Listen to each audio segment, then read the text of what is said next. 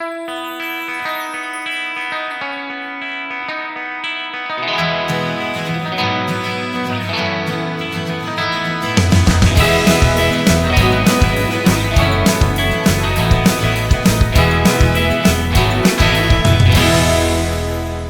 me show you lateritic formations. In tropical areas where there is good rainfall and uplands, the process called leaching starts taking place, and the upper layers of the land start accumulating aluminium and iron oxides.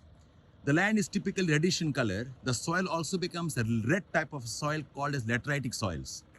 And in places, these type of accumulations can also become rocks. They then become lateritic rocks, good for construction, good for building material.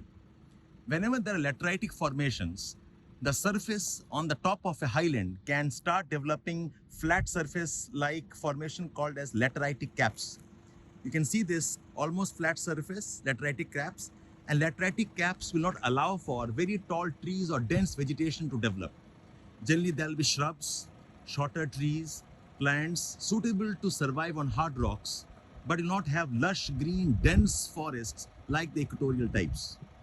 Lateritic soils are also very poor soils. If there's agriculture, it'll require tremendous amount of input management. And of course, that comes with a lot of ecological costs also.